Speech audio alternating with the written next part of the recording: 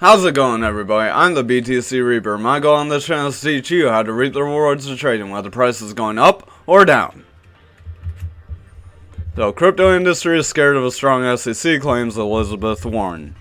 She says she's calling on the SEC to do more to fight crypto fraud, because they've done such great things like going after people who didn't disclose their compensation and going after Coinbase for insider trading. Not things like going after FTX or Luna. Warren said she believes the SEC and its chair Gary Gensler are best suited for the job. She also praised the agency for blocking the Bitcoin exchange trade funds, or ETFs, from hitting the market. And she says says the FTC is not as good to do the job. While Warren sings Gensler's praises, there are many in the space, even among Senator Warren's colleagues in Congress, who question Gensler's ability to do his job. The chairman has been accused of going easy on Sam Bankman-Fried and FTX for what may call regulation by enforcement, arbitrary picking and choosing who to go after, driving some firms out of business, kind of like they're trying to do with XRP. Not much more useful in this article, so Elizabeth Warren just saying, Gary, you're doing a good job. Keep going after who you're going after, not go after people who matter. Yuga Labs admits that they have no copyright over their Bored Ape NFTs. Yuga Labs, in a court document submitted by their lawyers, said they have no copyright registered. These documents were submitted because Yuga Labs sued Ryan Rips for copying their images using BAYC for his own collection.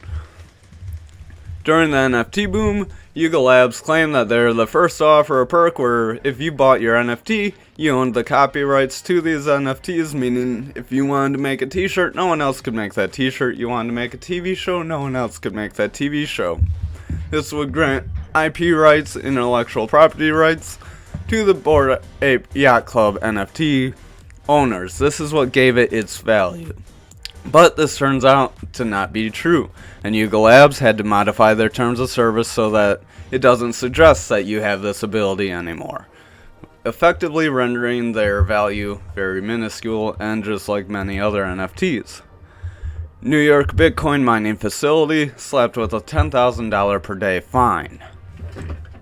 U.S. Bitcoin Corp., a North American mining firm, has been ordered by state Supreme Court Justice to pay $10,000 a fine from December 1st to January 31st. We'll get into that part later.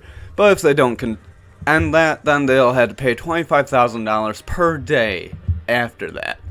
Supreme Court Justice Frank Sedilla III, sorry if I botched that, temporary restraining order against the firm was placed around December 1st and went into effect like December 9th, it says later in the article.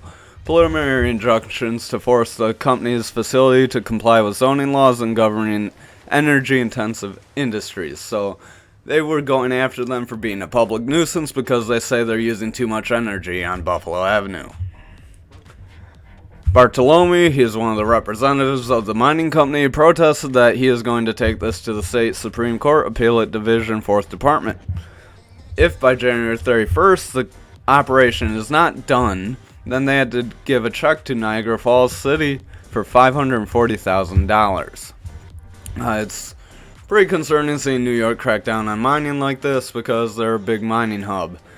In November, State Governor Kathy Hochul signed a moratorium ending the use of fossil fuels to mine Bitcoin in the region. U.S. Bitcoin's Niagara facility is 90% powered by zero emissions electricity, so even though the most of their energy is renewable energy, they're going after them for not being green enough. Even though I'm sure none of the banks that are in their country, or in the city, rather have any green energy. If we look over at the charts, here, over on the daily, we have our bearish divergence still, where price is going up and our momentum's coming down. Our VWAP is still in this bearish zone. Over on the 4 hour, you can see that our momentum wave is coming down, and our VWAP is currently testing this bearish zone. Looks like it might be slightly peaked under right now. And if we take a closer look at the 2 hour, you can see we have a red dot printing here. Our momentum's sort of flattening out, and our VWAP is kind of struggling to even stay above the neutral line at this point. So those are some bearish things to see. Over on the 1 hour, we did have a red X on the 2 hour like a little while ago. Disappeared, but if that red X does come back like the 1 hour has here, that could be a sign of some manipulation that'll take us to the downside. You can see our momentum waves almost on the neutral area, about to cross under on the 1 hour with a red dot, and our VWAP's pretty strongly under here. So if that transfers over into the higher time frames, we could see some spill down. If we use our other indicators, our RSI and our stochastic RSI that we use as well, then we have some other things that we can look at as well. Sorry about that, I accidentally added a second SMA. Our stochastic is curling up, however, it's in this bearish zone, and our RSI has a bearish divergence and has a bearish cross that happened a few days ago and is heading downwards. So our RSI has a bearish cross, and being in this low zone suggests that we don't have that much strength. So we don't see this curl get more aggressive and peak up and see it flatten out and round down, then that'll be a bearish sign. Over on the 4 hour, you can see we tried to bounce off the neutral area and gain some momentum. However, we made a lower high, and we're about to make a bearish cross on both our RSI and our stochastic. Our stochastic is sliding with a divergence here as well.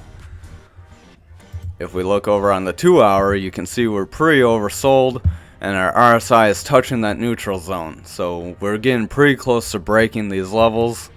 If you look on the 1 hour, much like our market cipher, we have broken these levels and we're under, which again, if we spill into the higher time frames, could lead us downwards. Thank you for watching tonight's video. I hope you have a wonderful night.